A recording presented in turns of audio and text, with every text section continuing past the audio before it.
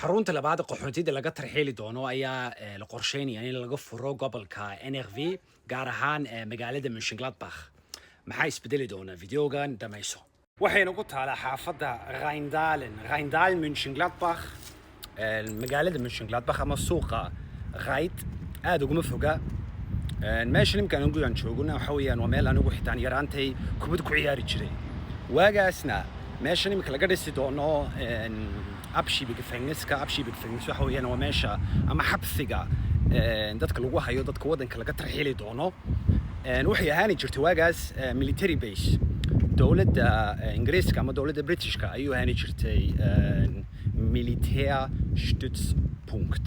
waayahay marka Soomaalidu ku nool gobolkan Nordrhein-Westfalen inta halkan la keeno ayaa lagu celin doonaa Soomaaliya. maya wad ogtihiin horta sharmalka Soomaalida badan ama tarxiilo ama Soomaaliya kuma celiyaba qof dambi weyn sameeya mooyaane ama qof iskii u dalbado oo yiraahda aniga igu celiya wadankii igu celiya.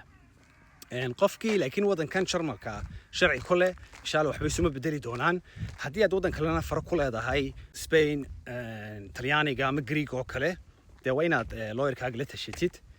horta iminka wax weyn oo iminka isbedelay lama sheegin.